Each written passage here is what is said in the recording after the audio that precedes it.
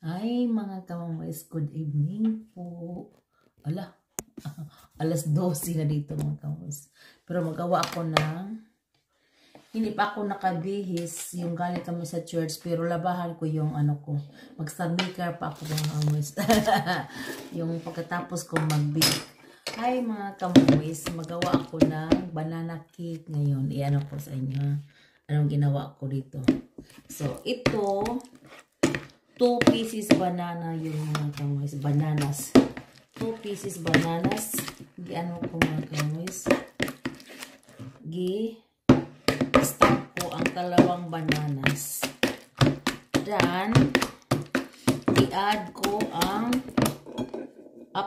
4 na itlog mga kamamoys. 4 na itlog.